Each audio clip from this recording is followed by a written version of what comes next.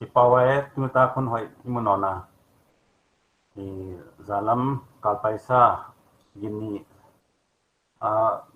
illustration class ini ukha tunina session in zandek noni hiya ipawai sa tunina mi de ama sangina tom zo ima leong zo te hi illustration illustrator lungrut ma dingin kon ging tabekwa nagtumang kipa tu kon gena session laptop tana on tut piding le kon ngian nga lahi dalam hi bano hi jek dinga tulai tu kal sung kha na ka hau ma ja kena preparation ti dan le kan nei man non ke akal ama sadan na hi thei hi to dia di logo design lam deu logo ale simple deu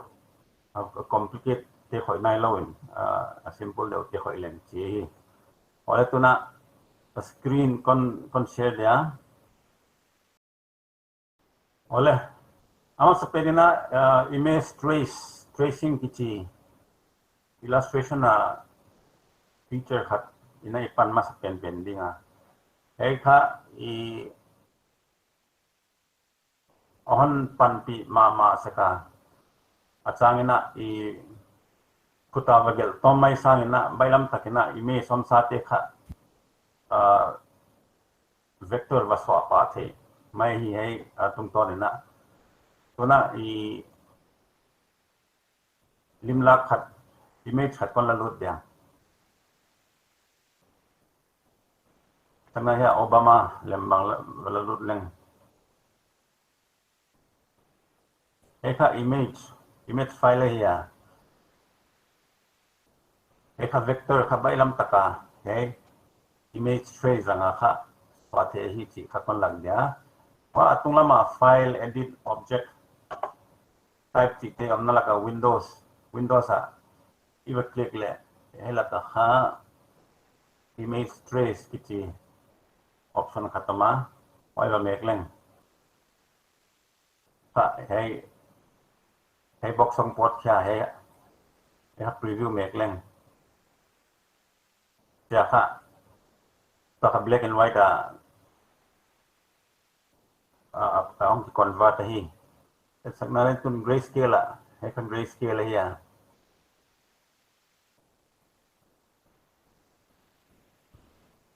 computer kha graphic card ka lo ja dana kha black screen ngam zo chat lo illustration hong hoi taka khoi din hi le banga graphic card hoi do khat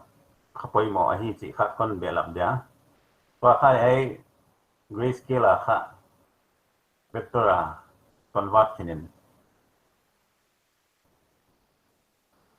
expand bolenge kha vector ita cha ilep thei tinai kha haya apangam te kha wala khak dia hiya ele wala khalen ka computer in kha zo chat lo ai ya kan kon khoi se da dia computer hard deu graphic card khong nei bang heleng chu haya align line pai te kha wala ha shape builder tool zanga kha pa pai khak ma pai heleng kha background youtube he thei di hi ile ka computer kha zo lo di chi ka thei ja kana kon hi se da dia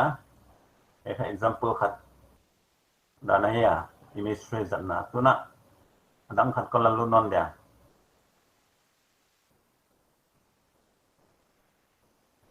heya lem khat ma mi bang la hiam ki tom lem eka image sai ja kana hai ken bang ma edit bol thei lo a color le va khek dang le va khek som dang le pai lo di ya chu vector hi lo ja ka image file a background white eka transparency nen leng kha transparent lo hi eka I a background kha white in image file eka twa dan dawa windows apain image trace pamek leng ya ka active chat lo ai ka polam khat ve making khat ve ve no la ong active di preview checkbox ma bol le black and white ide ya black and white logo pen ma mek le ya ki trace ki nahi mai ya khat ve trace ki chang a kha ya object ka pain expand ma bol pa kha vector swakta khat ve expand ki cha background la khu dana Obama lempen kalak kyak lo pen khatwa ya hon la khata di kaya ja ka he ka simple image ai ja kana he builder tool plus masana thi saw ya wai ma din to ka plus sign on alt make le minus sign on ta to na hai la kena wagi seleng a background teng mang ta to na transparency en leng aveka kila khata plaka vector hitai cha rong le pathe ta color code cha pathe ta ko le size udan dana bol the ta ko le kat the thak nan straight line khan van draw len hey straight line to lem pen me khomina hey anoi lam teng kat khadi chileng ja ha anoi lam teng le ko dana kat the tu chilo akim khat khong ale batan the line he draw len ade namun tuna hai image pen select in dana line drop it to shape builder tool maina ade dalam draw do batan khelen bahar vector file kita china hai pen ke som thì là color tồn biết thì hiện lệ pathe ok pechin ke chu to hai select dit cho hello mi pe khát khát mi khát red color mi khát green mi khát yellow chỉ là na tồn mà cái gì na to chu hai teng shape khat ya mo ha shape khat hin tu cha tom ma iba bol di le hai separation i bol ngai di na thei chamya ok ok hai lak iba separate ngai iba gi thiam ma kat kya ngai di ok to ka shape khat tan continuous na om ya mo cái gì stroke khong ipya ko le cha pathe ta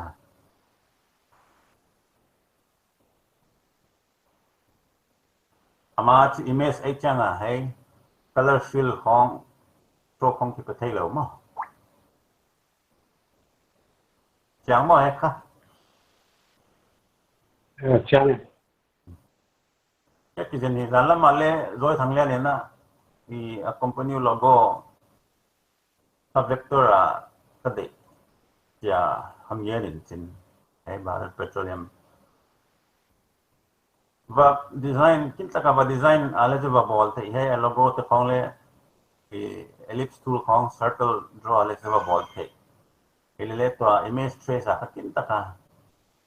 hun le tha seng he lo a image trace bola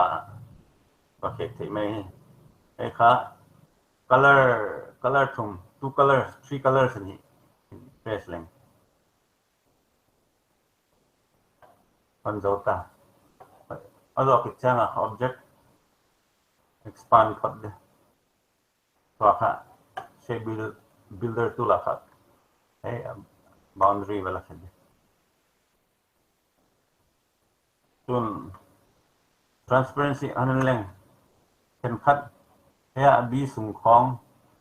transparent lo kian wang lo ai de kha khat khata wan wang di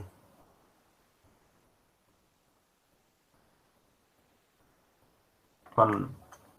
zoom de to hai la transparent lo ai wa kha shape builder tool ma kha jawat khan aki art hello te kha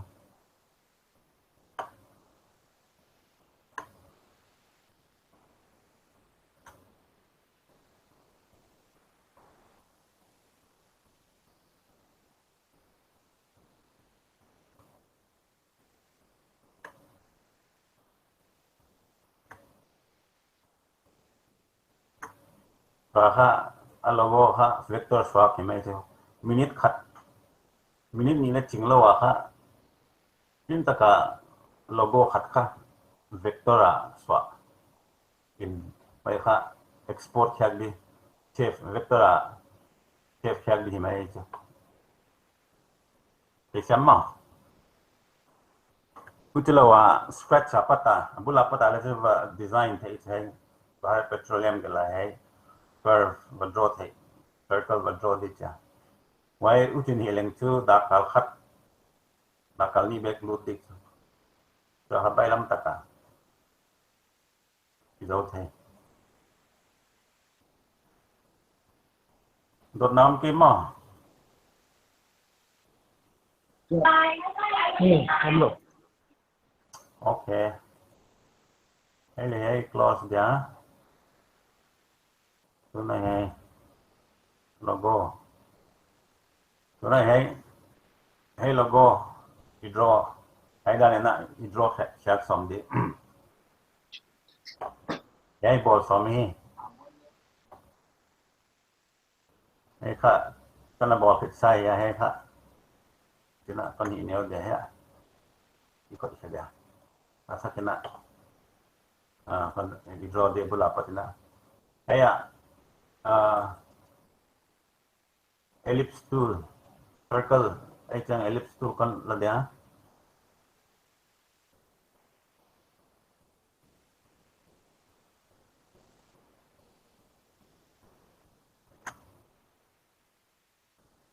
fill dia stroke lah dia circle cut draw ta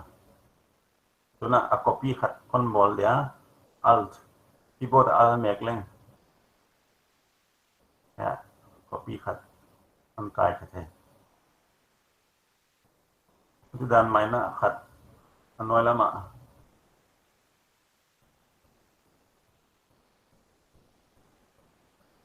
kon kai non dia cut ai ra ta alina na cut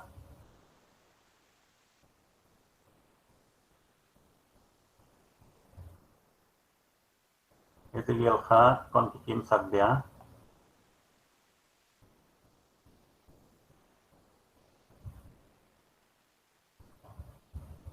kon group visual dia hai to hai lại tak hai pani hota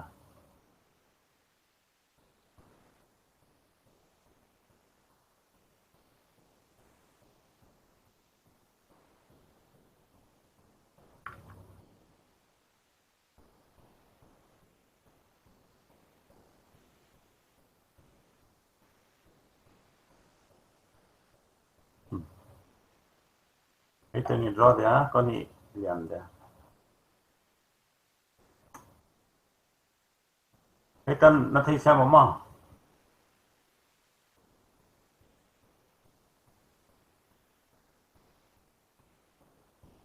ele hai teng kon select dia selection tool lah paizo favorite tool sini shape builder tool kah kijang gige taka shape hai teng apa dah shape body kita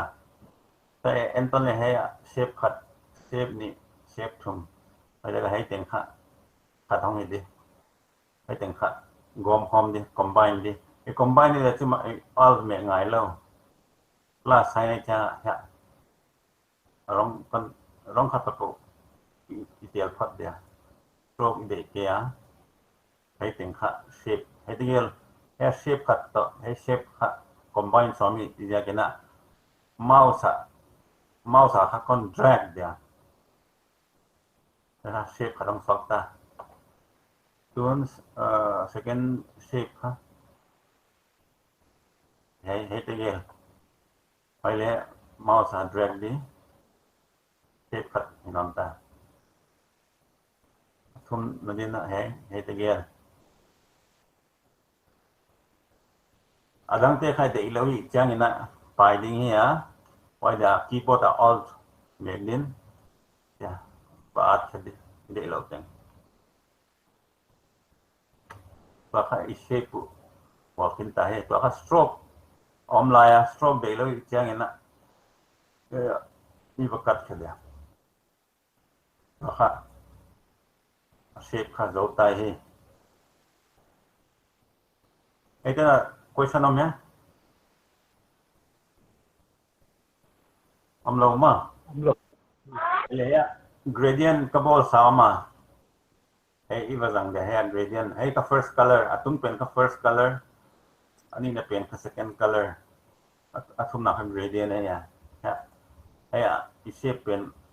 to ka shape thumai ta shape khat choose dingin ya eyedropper tool wala din ya gradient pa meg di bana ani shape pen wala non in hudan ma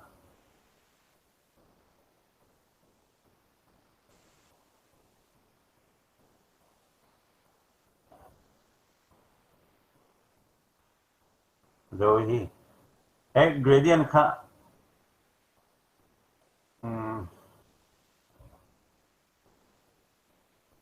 hey gradient kichi website khatama hey website www.gradient.com kichi hey kha gradient abol sao ide de levat tel the hi nana hey bang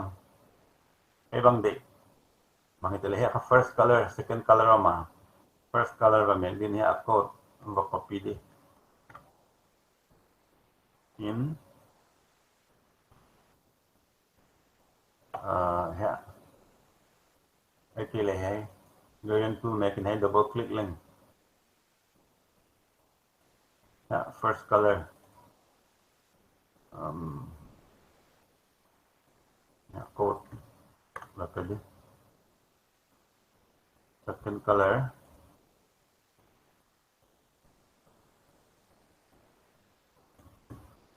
color code và copy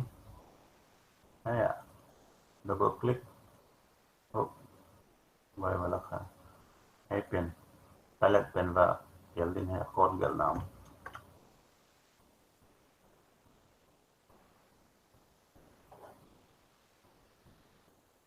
thì nào không chỉ mãi là đang tiếp chú xin hay và copy đi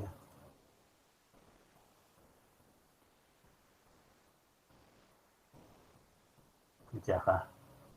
gradient cả bay làm tất cả và là thế gradient website đăng cái khát ấy à khát đăng khát cái thế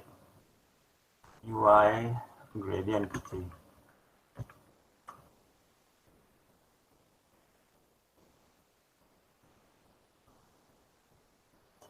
hay à tấm pi gradient nó mà đi pen color và choose đi mấy như này đấy ngay bằng nào cái sima và mẹ lên ya atau nggak color mà color code may kabalata i-designer mabul din may apa ilam mo ni thấy dua Yan le chubay lam mamain.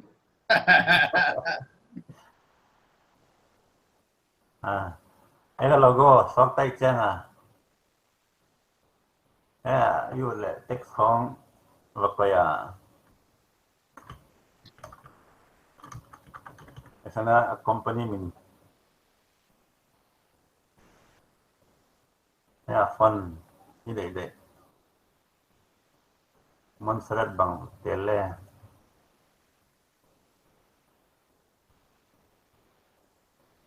thành công group thật đẹp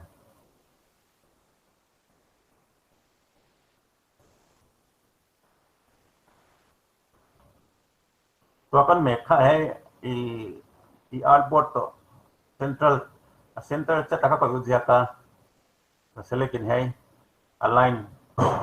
right panel align no min hai ka artboard align to artboard hai ka middle hai chang ho center wai ba mek align ta ka ngom hai ka color kinai kimat di do na hai kong koi lang ja logo bol thai mai chu wai lo option dangที่จะได้ระบบปล่อยตัวให้เป็นค่าไล่นี้ตัวสว่า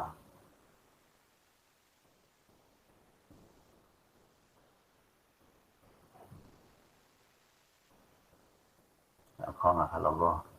logo ha so thei mai ai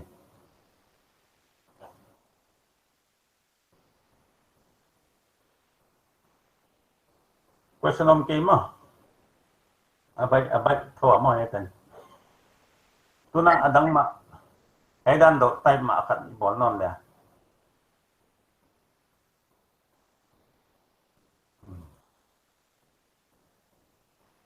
ai dan bang si bol khan di ta ai phải diet ton de na ton ko ikanon dia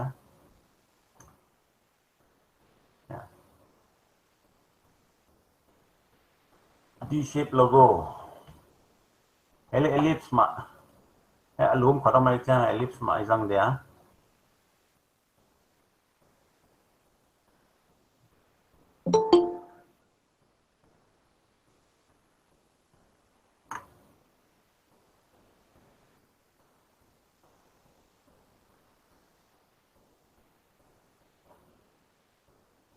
circle khat draw dia ai do horizontal line segment khat ping hong kilang chau kha smart guy ki che hi oi kha nang om ke le kha i you apa ya smart guy kha batik di ai chang akan snap to point ka chang snap to pixel snap to grid chi khong la ma i atang pi kha snap to point kha recommend pe na hi oi kha banga snap to zan na kha hai i to kha tip ni bang om le cha icha iwa suk to changa kha point la ki a point na se to chat de ki nai to snap to a point tun snap to pixel le a pixel se to de pixel dan grid ai changa kha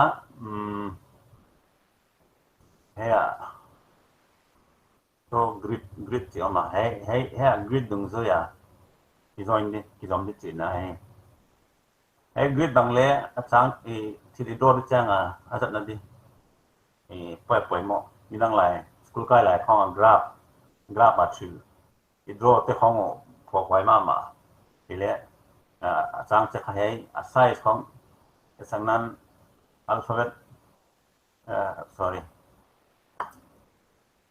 pen tool bang rang na l bang draw leng pa kha grid jang pe chang kha ka snap to kha grid snap to grid jang leng khong ki pop chat a point ong tu chat de chi nai chu adam te kon lak da pixel point pa kha a grid a point tu sakut chat pe chang snap to grid ai ngai l bang draw di lam so pai sao lo ha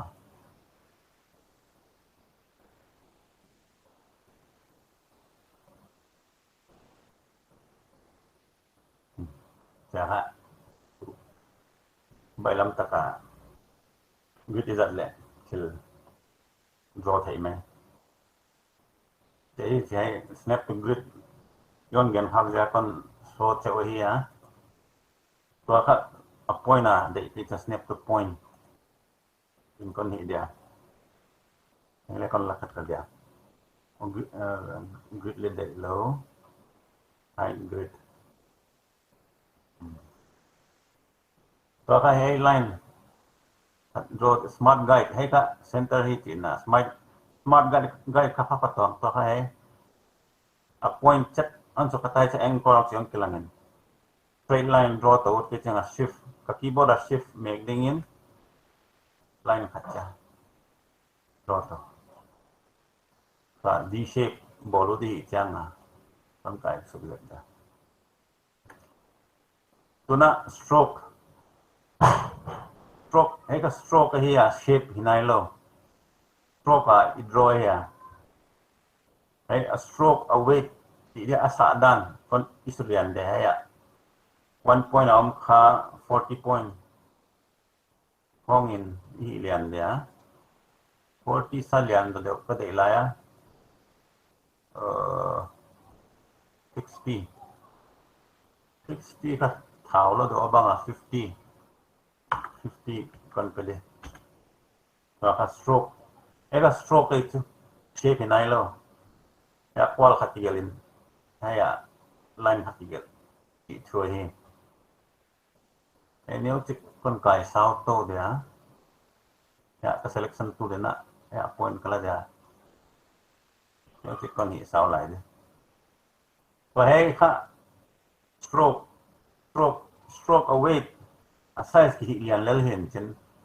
ikat thailo til ki bol thailo ai jaga shape so angai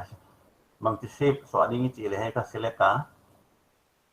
ya object expand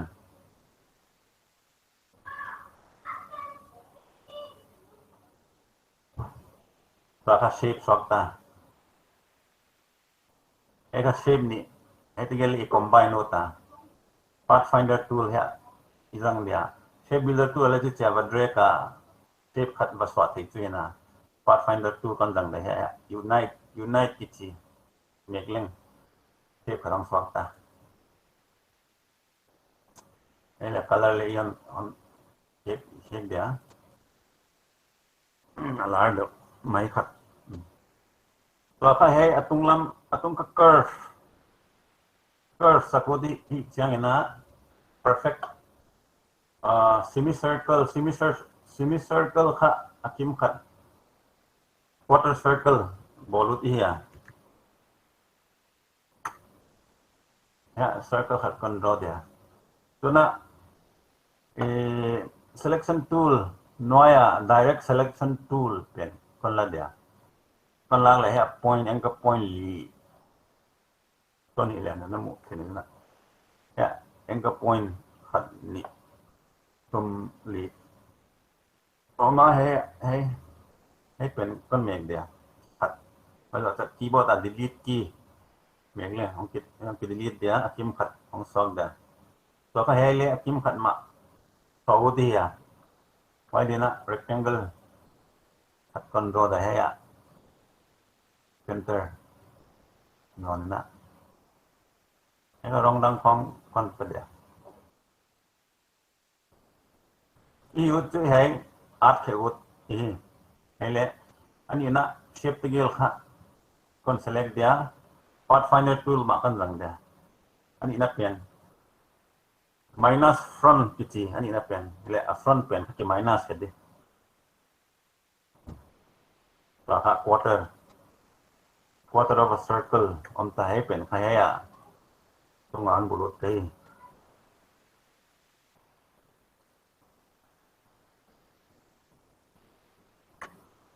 อีกกิมจัดเลยนะคนไก่เดียวกิมตาทำเอาซะ down arrow เกียคนไก่สุกตัวนี้ก็เสาก็สักสิมา direct selection tool คนละเดียวให้คน select เดียว down keyboard down arrow tool ละทำให้สุ่มเสียงขัดใจทำอะไรมาก็ได้กันตนะของที่ทำนอนให้กันของสัญญาพอเลยที่เราขัด shape นี่ไว้เราขัดoutline mode กิจวัตรมาตัวไอ้หมู่ค่ะ fill color ที่มวยจะที่ keyboard control ตัวไว้เมกเล่งให้ค่ะ outline mode outline แค่อมดิร้องกิจให้มันอมเราดิให้ค่ะคิลค่ะติดตัวหน้าแฮมที่ของอีเวนต์จัดอุตาเละติดตัวเนี่ยจิกติดตัวเราให้เนี่ยจิกของจุเสียมวยติดตัวเราเดือดพร้อมเลยให้บัวละวัดติดตัวสักนอนดิติดอะไรให้ control ไว้ก้นเมียงนอนเดี๋ยวให้ไปนอนเดี๋ยวตัวให้เต็งค่ะเสียบขัดโซ่เคยใจนะวัดไฟเนี่ยตัวละ unite เป็นตัวเมฆเลยตัวค่ะเสียบขัดทางตาอีน่าเข้มขัดดูใจเหี้ยตัวค่ะ style bond gradient ipai sakut dia kahai elaka kha line khat kan draw dia line tool ma khala dia e zone ending kon hi lian dia ai ending ka ba kok le point ma wai kamen dia line an git khat git su dik hi stroke cái thế này stroke khat kon ta dia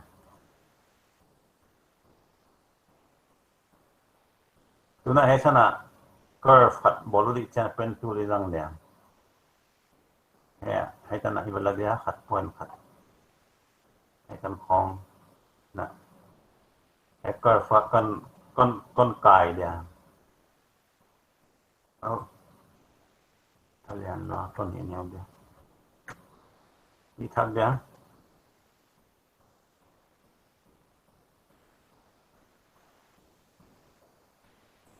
hay là hun sa kena tuna selection tool na avekin select dia te kha se ni swadat hi na se builder tool la dia e ten kha khat ke dia rong tuam khat te kena dia khat pala dia khat bol kena tuna khat lam kha rong tuam tuna awal te pai ke dia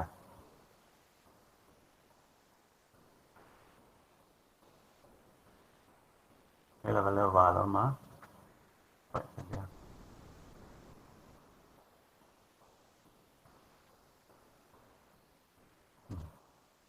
selection tool còn này là chọn delete hay lập thành bị lộ khát mạnh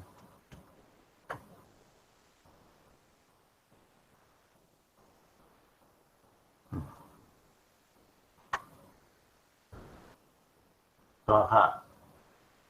gradient ball lon đi ai mày à hỏi đã hạ nên nói website game kata gradient khát đi vào dia tận lâu đâu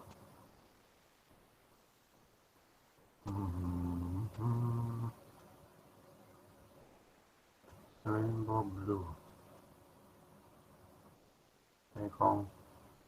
thì thế nào ok first color và là nè e box te box se lo na direct na gradient ni apply dia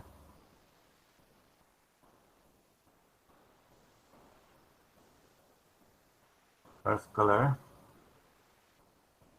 ok RGB ba ko nga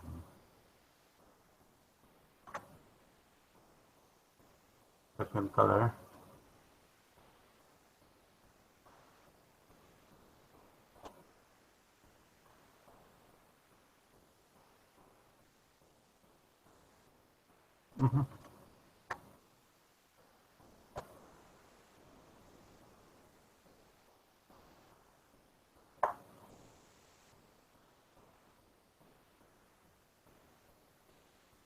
oh very sorry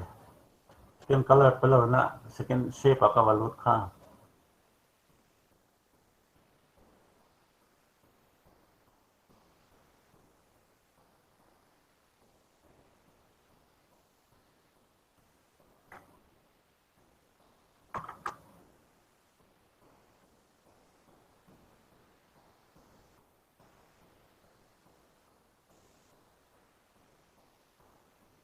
này second shape color de hai gradient copy din mai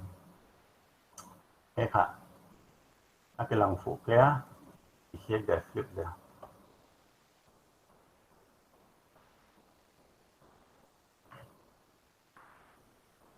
there dane be ball dan gradient ka fu zo chet ke ma dot now mia why dina a curve a curve namun na delete siya ama ana curve sa pin a circle hiam a curve pin hong senon tuan lo hi mo wai pen kama e bang khat เป็นตุลาบกิเกลียมั้ง ไว้เป็นกับฟิลนอมไข่chứ พี่โล ฟิลนยากาจังปกของปองใช้chứ ไว้ฟิลเป็นนั่นมั้ง อ๋อตัวอุจิโลตัว circle เตอมิดจุบะ adjust เทคัดโทยจุ่มเลย Yeah, just yeah.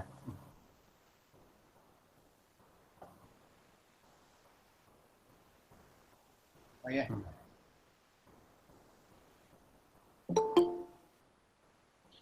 Doon nadang niya.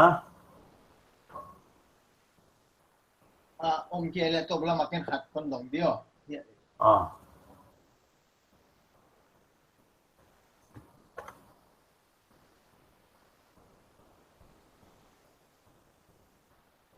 Doon ka bang ti export kaya di save kaya di ti ka.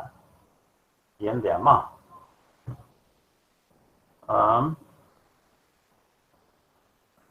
Layer.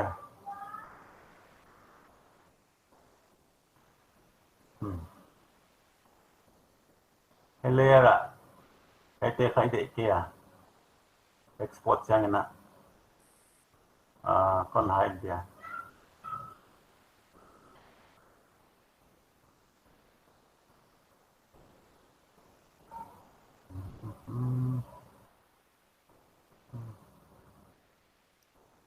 cái con đó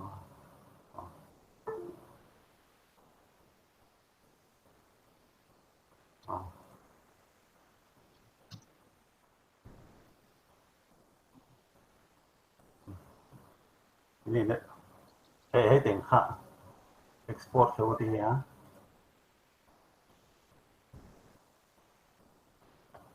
like Photoshop layer ตัวนั้นมาขับบทสักพูดจากนั้นจะละมาอีไลน์น่ะปวดแก่กว่าเฮ้ยไปเฮ้ยเบอร์เกอร์เป็นอะrelease to layers sequence กิจออกมาไปแบบนี้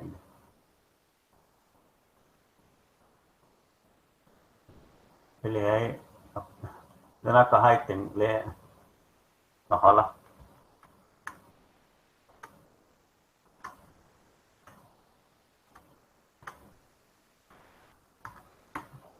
ไอ้ที่เขาคนดีๆเดี๋ยวทำสมบูรณ์ไม่เหี้ยไปมอเราอีกอย่างนะ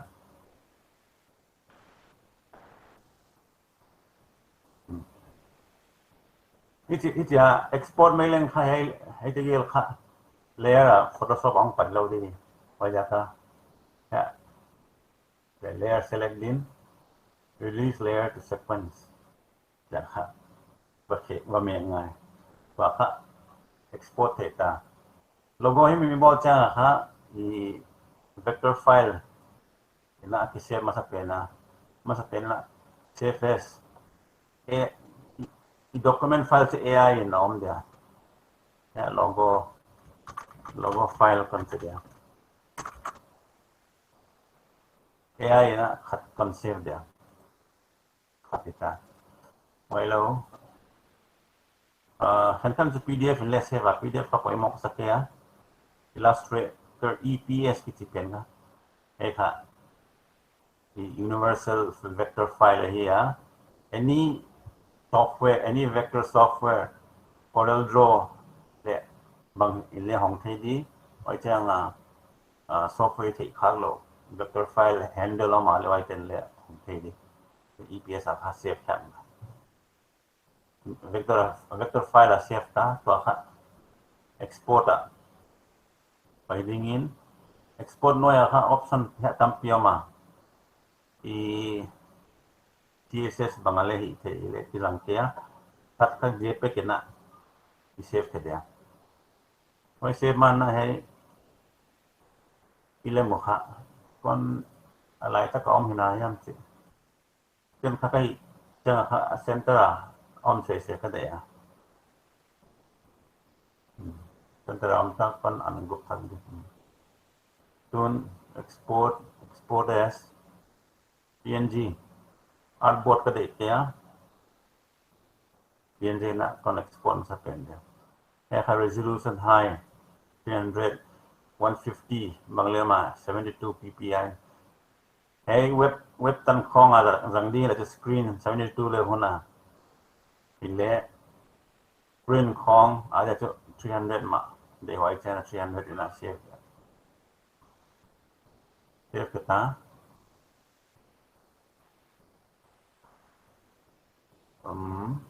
JPEG का save नहीं लो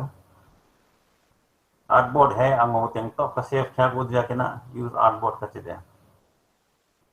RGB CMYK grayscale चीज़ ले माँ वो पाजंग दी channel RGB चीज़ खोद दिया तुम जी ना Photoshop ले artboard जंग दी कौन सी लिया flat image इवती था ले चु layer omlo दी और right layers maximum editability ये बच्चे थे ना कौन सेव कर दिया ना Photoshop को नाम दिया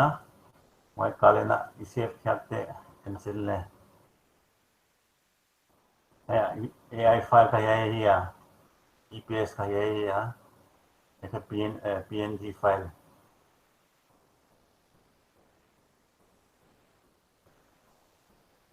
एक JPEG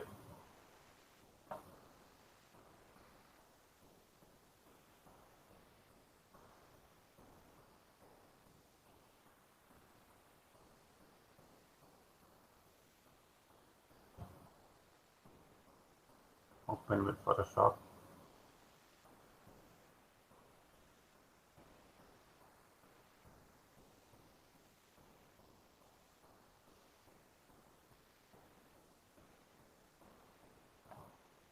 khắt ra không dễ lại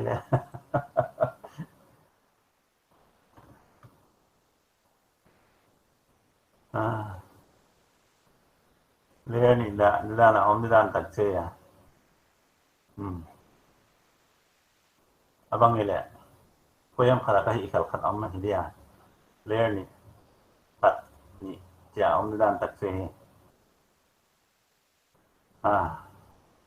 okay logo ahi thei ka hetan hian la extract dan save as ti kha tua kon lak te ya utilo thật vậy thua lên chú thì PNG để đăng lên chú save khác thế anh à cái lấy cái chú khát khát à save lại nón có sao rồi hay đang không ấy vậy bằng à đột quạt cái tua lom đang tí không là quan là lấy thì thôi nè Illustrator chau to không cái sai chui lom follow hi le lom te khen khat bai le the no pule i mi kha designer bana apishin tung le ba tho hi dan kha ki bang het ke match dan do outcome la thil ha thi din so le a hiu la outcome la ki bang ka pai dan ki bang lo chi dan atang pi dan in tu na nang bangin mi client thak bang nei wai client thak ina logo de hi wengo logo khat hon design thak di khong bang chi chiangun bang chi na nanapan direct ka computer apain computer hi pa na ya ke le rough sketch khong hi masa na ya ai ke le bang chi na initial idea na piang hesak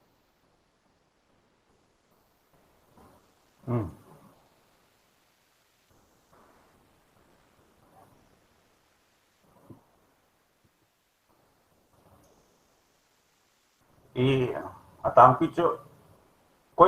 thilhimim kha question tampi dong decline kha sanana logo bolichi bang de ade dan gen sak sanana ka brand min hui hai ele bang jaga why brand min what ya ha question bol to win information atam the pena client te pallakya ya chu reason can creative thinking kon hi changa kha why amao bang jaga why brand bolwa chi pen idea kan mat changa kha ไว้โลโก้ได้อีกเป็นนุค่ะไว้เอามาตุกดันที่คนเทียงจังอะค่ะไว้ดันค่ะบอลแค่ของใบละมันไว้จะก็ ask many question จีค่ะก็ไปเปลี่ยน question ตั้งพี่ดองเงินสังนั้นนะแบรนด์ขัดบังกับบอลเตะขัดบังสังนั้นนะกาแฟยูรกาบางเล็กบอลเลยอะบางจังยูรกาที่เขาจะหา question บอลตัวบางจังยูรกาคำมันจะเกิดขึ้นละที่เขาจะหา questioning กับบอลจังค่ะทำมาวันดอนนับปัตตาค่ะที่ key points ของพอดแค่นั้นไว้ key points เตะขนาดแค่ไหนไว้ตรงด้วยค่ะที่ design บางprinciple ดีค่ะconcept ดีค่ะไว้บอลที่ไว้ที่ปัตตาค่ะ option ตอนของอันบอลแค่คุณตาเล็กก็draw สั่งแล้วมาตามพี่โลโก้ดีไซเนอร์เตะค่ะ YouTube ของอะไรแหละคุณมาเรียกค่ะเดี๋ยวมาสาวที่ตามพี่ค่ะตามพี่ที่ตอนเชฟตอนนั่นคนเราไม่ได้เห็นไอเดียคนนั้นแต่ก็เดี๋ยวไว้อะปัตตาค่ะคนใช้คนปอดแค่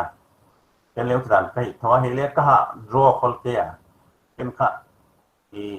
idea behind the logo ค่ะก็มัดเชียงนะกระลุงซิมะที่ด่านขัดดีที่ข้างในต้องไว้เป็นค่ะ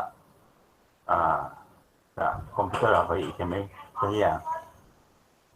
ไปด้านข้างไงเลยก็ปลดมั้งใช่ไหมเอาไว้เอาของคุณเห็นเขาแต่ฮะเอาของเจียงหลัวอมินไอ้เจ้าจุดไหนได้ก็ไปบอลเลยของดิกเจ็ดบอลล้มเจ้าคุณเห็นเขาแต่ละเปียงมองเรานี่ขัดบางจูเปียงเราจะต่อยไอ้เสียงจ้างเขากี่ปันนอนกี่บางก็มาเห็นละไอ้ไว้อีอัปโรชกี่บางเราดิจุยเห็นเลยอีจีว่าเขาเต้นกับคนเกลียวจุดนั้นอีคอมพิวเตอร์จูอามาสาจูกิจูมาสาเกเวทูมาสาอินว่าฮีอาหงเปียงเกลีเป็นโตเลี้ยขาตัวกี่ปันผู้จ้างเปียงคนเลี้ยจูอมโถโมเกียเดียเลี้ยกันครับกลายเป็นค่ะอดีตด้านจ้างตะกับเย็นหนูมั้งให้ด้านเจ็ดให้ละมอมดีให้จะเกิร์ฟอร์มดีจ้าอดีตด้านจ้างตะเย็นทีมั้งไอ้เจ้าไอ้ความหมายนั่นเราเอาเดียดานเข้ามาบอกแค่ดีแล้วเลยมั้งกันก็นั่งหัวนั่งสักนั่นดันจีดันเดามั้งเอ็นใครไงตัวสักไงก็ถ้าคอนเซ็ปต์บางอย่างเจ้าโลโก้ไอ้เกลี่ยคอมพานีที่นั่นตุบลังยิมเทียนเทียเจ้าค่ะอ๋อไว้ลำชี้เลยที่จะลำปังงัดสักที่จะลำปังหลัดสักไว้จีลงสมาหอมเทียไว้ลงด้วยค่ะไว้ต่อที่ตัวดีข้างในตัวเอง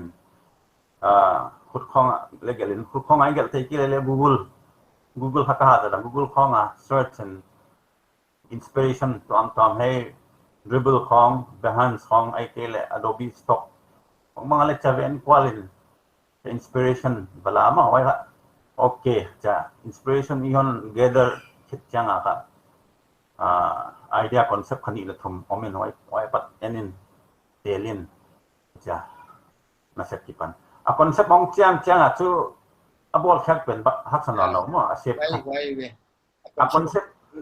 concept ไว้ลุงซิมาว่าคุยแค่ของผมแค่ได้เป็นที่ว่าไว้เป็นค่ะอาจารย์มาค่ะจะเสียนเทโลกี่ยวไม่จู่อาจารย์จะนี่ทุ่มนี่ก็ขัดบังก็ไงตัวคนเลี้ยมมั้งconcept clear เทโลมั้งconcept clear จะนักเสียมเทโลวันโดนอย่างนี้เลยนักเทโลมั้งconcept มันเชียงก็จู่นี่ลุงซิมาอมินไว้ดันค่ะที่บอกที่ไหม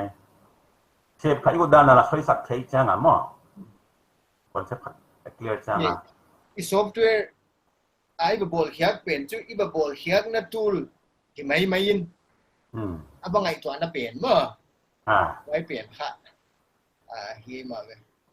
เจ้าคุณตัวเกียร์ดีนะลมเตะดังเดียวเมียดันน่ะ Photoshop เล่ยเราขมั้งก็อีกก็ว่าที่ตะเวดันน่ะก็ให้apparent layer เป็นว่าคลิกข้างไว้จะ sequence บอลค่ะไว้แล้วไว้น้อยlayer ขนาดน้ำซ้อนนอนไว้เป็นค่ะก็ว่าบอลข้างเราจะแค่ตัว kun bola tu na export kanon leng layer hongom taring begin ta hongom kizel ke moi lo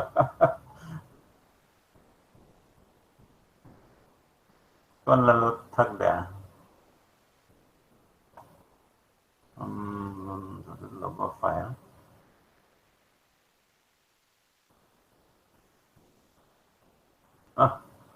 he am ta ni Why AI folder subfolder na ba koi pen zia kai chuma wai he sa folder om lam thailo in he pen kya ka ba hi le wai he pen kha effect khalo da galaxy ai ta mo ai ve khát chút cái này là hi le cái bằng vel thua mo bằng khát na nên phải lại với lại tu phải lại ya concept khát designing concept koi mo mà khát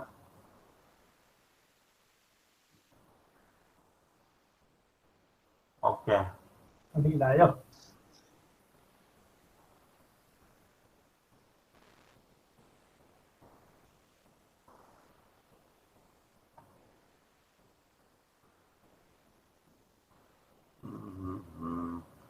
golden ratio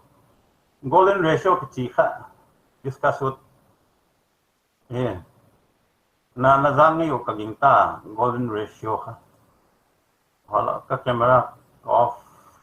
turn off the camera Google banga elle golden ratio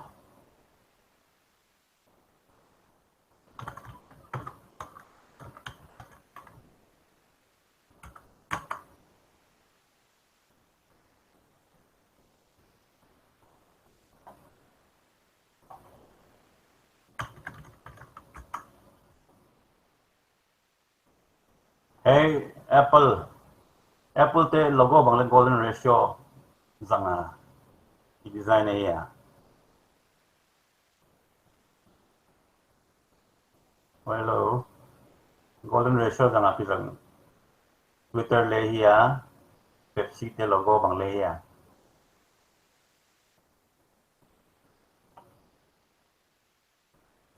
mai te bang le golden ratio zanga ki draw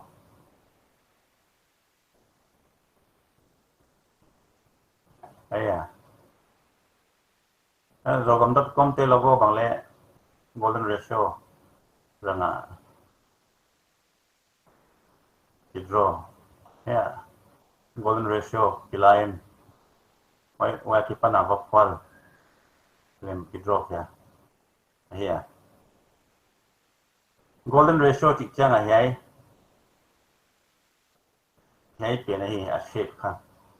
architecture khong le ki rang design khong le ki rang 1:6.9 ratio chỉ đàn đầu hiam thì là cái lòng definition kha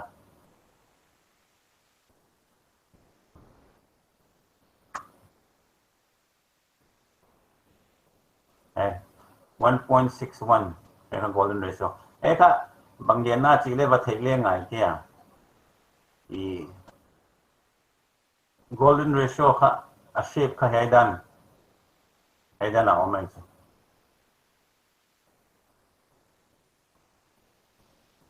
wai kha a shape tenga kha circle khat ba ki draw circle ki draw ya kha ki draw ja no kha ya alian pena circle khat cha square box tampi ki drawing cha niu do wai kha cha dana aku niu pen dana ngomai chu wai hey square sunga circle ting kha ion la kon la khak le hai ayong swa pa hey dalama logo te ni kon draw bangal circle ngan elephant ki langai we mala to hey kha golden ratio circle ai chu hey kha kon koi ke wal da hey te ma kon la dia ai sunga circle tengon la di ke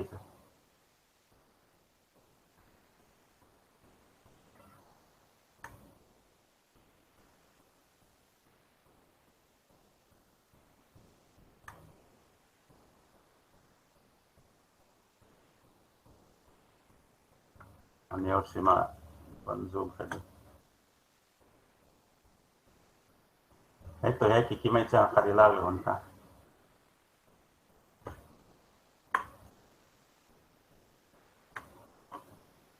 ai tiếng ha con align dia ini kan golden ratio circle tidak naik cha ai delete tulang la pala tun ai kon ko ka dia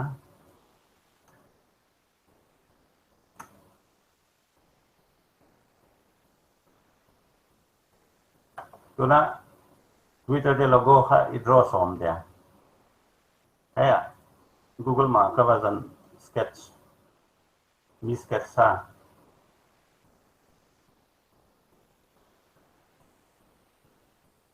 eka template la zango ti ya opacity ko ni niam dia mai che hai Twitter om na kon lock tu tuna layer thak drawing la di kon la dia a circle kha aya ama acha kim na abla ka select comment na kon ko khod dia circle yan pen khai hai body ata din na isa hai ka ang pitwak sima ole hai hun dia hai circle tengka proportion wa khek din on na i select le abla ka select khom mai oho cái lọc khai về lẽ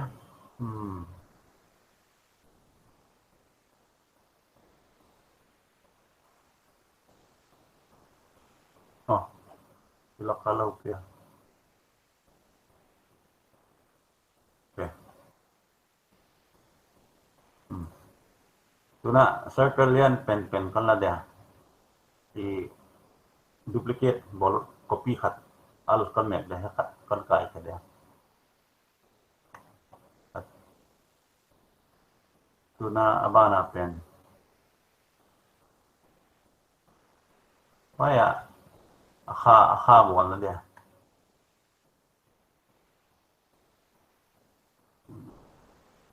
alien pen ma pakat kon la kede ya hedo na di pen na wa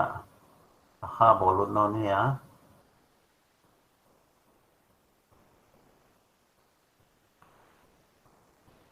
eka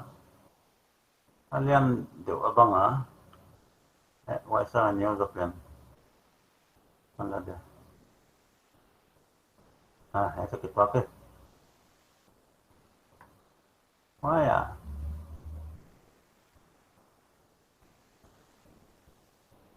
hai pen ini hai lang dia nanti siapa mau hai tanah thì xem mẹ circle te khayu du dat the ile a size pen kha ba khek non alep dana nyaw dan kha ba khek non lo di jane be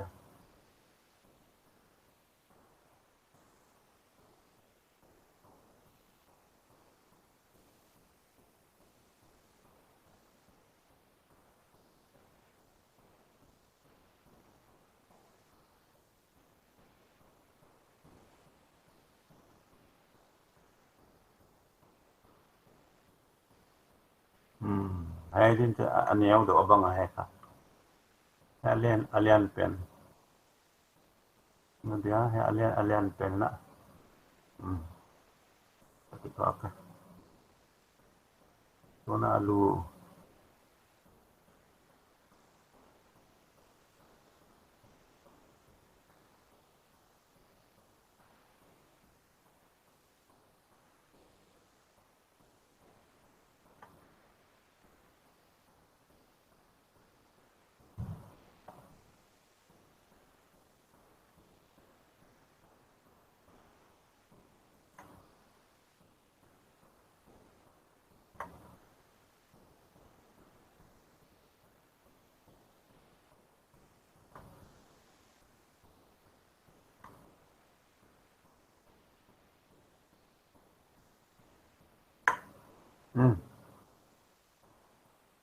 Zota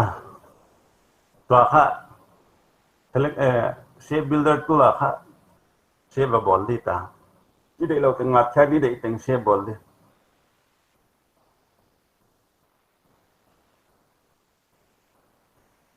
color khat papo izak phot dia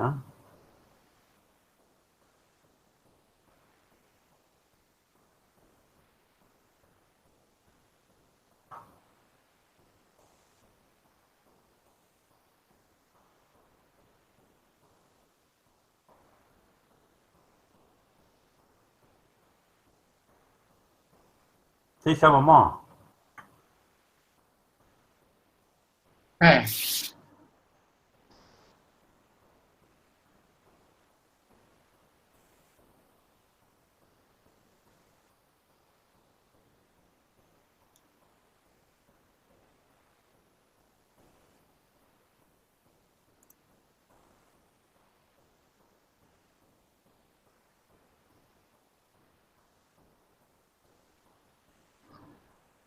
ama shape khai zota tua khai dei lo teng al me ka tat khal di ta me ti kha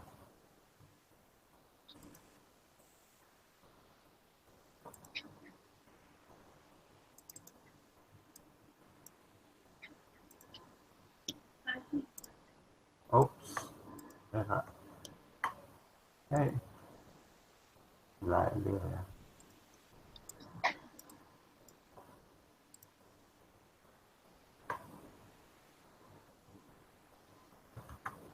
zota hey à pula ma circle di bol le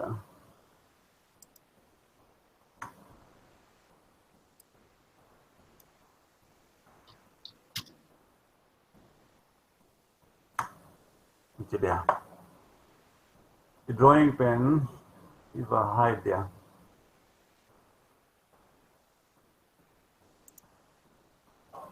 cái drop kha ga drop cái kia with a color of blue yeah waya khat spot khatom namu ma akila khat lo kha he jo na khatom อ่า wa sa ba me ka delete thei mai hele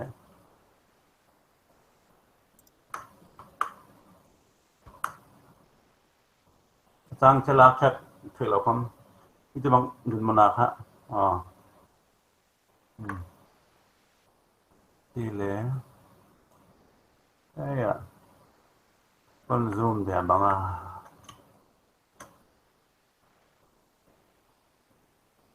nàyครับ direct selection tool này nè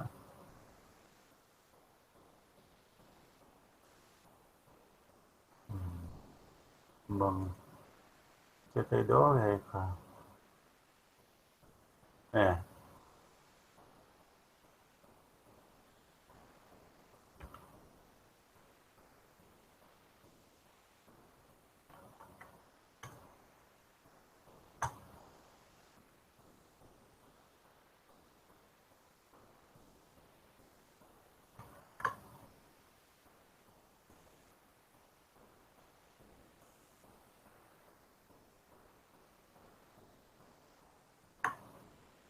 nó ôm lâu vậy ạ nó mù mò line khát nó nóng này hay à quay giờ phải hết giờ phải à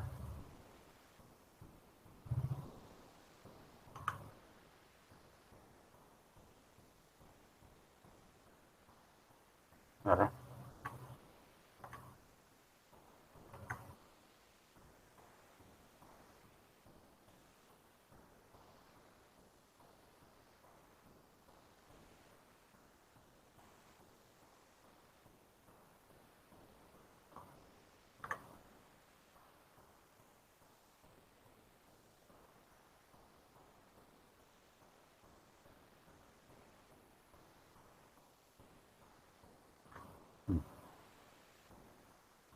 bằng ta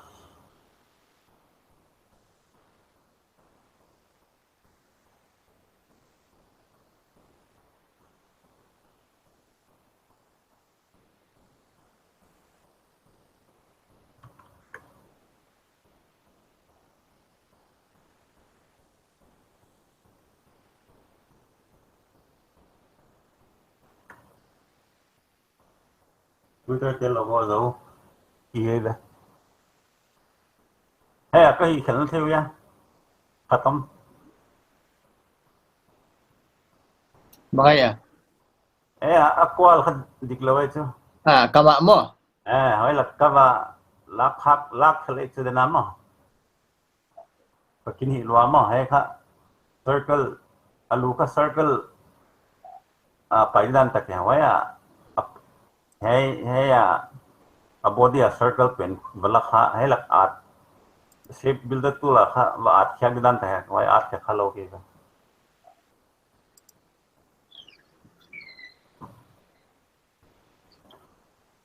hai kha golden ratio zanga draw chỉ này chứ ấy lấy tao nó lấy hiểu hỏi mà mày quay cho nó mẹ quay lâu đòn đi